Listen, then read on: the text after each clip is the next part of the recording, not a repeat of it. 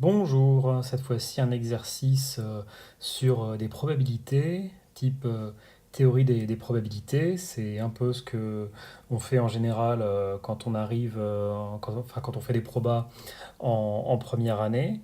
Alors, c'est un exercice assez théorique. C'est clairement pas ce qu'on demanderait dans un contrôle type classe préparatoire économique, commerciale, ni en MPSI, ni en PCSI. Après, ça peut très bien être un exercice de colle ou alors un exercice qui pourrait être donné dans une université. Alors du coup, ben voilà, je pense que vous l'avez lu. Exercice sur la tribu engendrée. On considère oméga l'ensemble 1, 2, 3, 4 et c'est l'ensemble constitué des ensembles 1 et des ensembles 2, 3. Déterminer la tribu engendrée par C. Alors, je vais déjà faire un petit rappel sur ce que c'est qu'une tribu.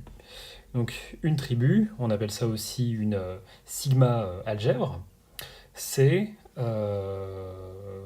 donc un ensemble qui va déjà contenir l'ensemble plus gros, l'ensemble oméga lui-même.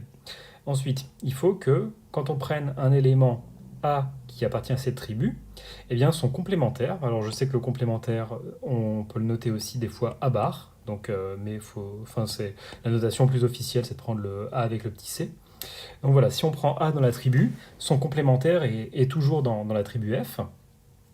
Et enfin, si on prend plusieurs éléments à n, eh ben, leur réunion dénombrable appartient toujours à la tribu.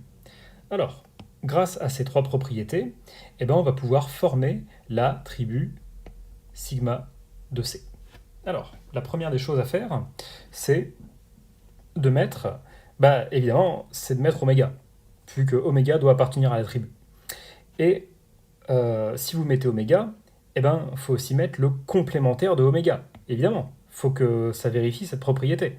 Et vous savez que le complémentaire d'oméga, ça va être l'ensemble vide.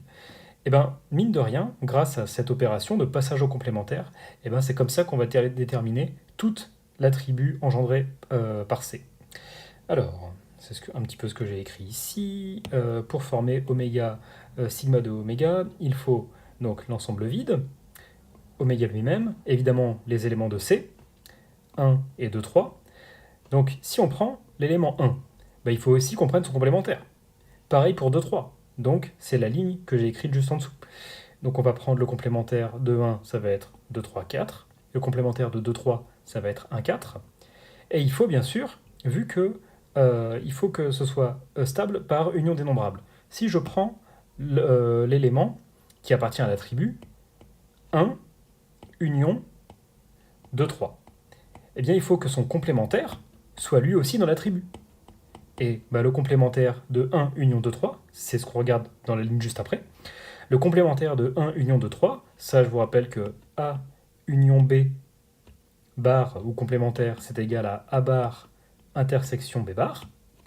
Donc ici, le complémentaire de 1, eh ben, c'est 2, 3, 4. Le complémentaire de 2, 3, c'est 1, 4. Et on prend l'intersection. Et l'intersection, ça va donc juste nous donner 4.